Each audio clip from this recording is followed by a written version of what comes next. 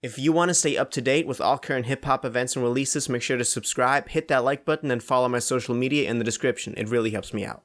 So there's been some things going on around Kanye, and then also specifically around the release of his next album, DONDA, or Donda with Child as he ended up calling it.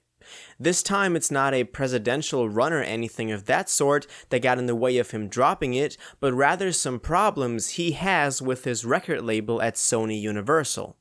Kanye called them out on Twitter for being, I quote, modern slave ships. He also tweeted a picture of a conversation he had with presumably his lawyer, and it goes as follows. Meaning that we can argue that Universal and Sony have not supported you fully, and that as a result they have breached. This is the lawsuit/termination nuclear option. If we went that route, we would litigate and ask for your masters as part of a settlement. This is a high risk but high reward strategy. Remasters ownership we can look into buying, but if Taylor's cost $300 million, yours would cost a lot more, I assume. Remember that if you re-recorded these songs, you could own these new masters outright. A much more radical consideration would be to propose an entirely new relationship or joint venture with Universal, one that is equal and not one-sided. I am not sure if you are interested in that, but it could be a Yeezy Media/Universal joint venture play, but one where you have the power. And then Kanye replied, I'm not open to any form of business with Universal or Sony. Now what this means is that Kanye is not trying to work out new forms of partnership with his record label, but rather wants to leave them altogether, but the problem is that they still own his masters. And his argument against them is that Universal and Sony have not supported him fully, and if they did go to court with them, there is the risk of them not giving him back his masters.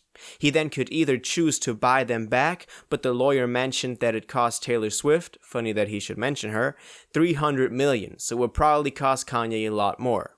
There's also the option of re-recording the songs he wants the masters for, but that would of course be very work intensive. He also said that his kids are going to own his masters, so he's very passionate about getting them back.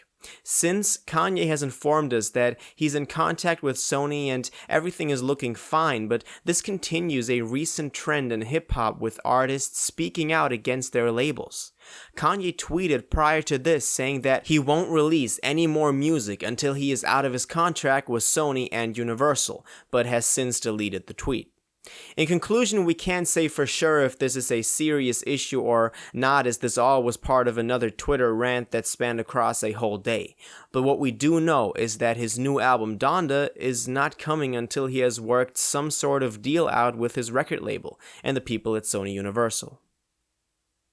If you watched this video to the end and liked it, I would really appreciate it if you would subscribe, turn on notifications, hit that like button, and go follow my social media in the description. It really helps me out. Until the next one, you'll have an amazing day.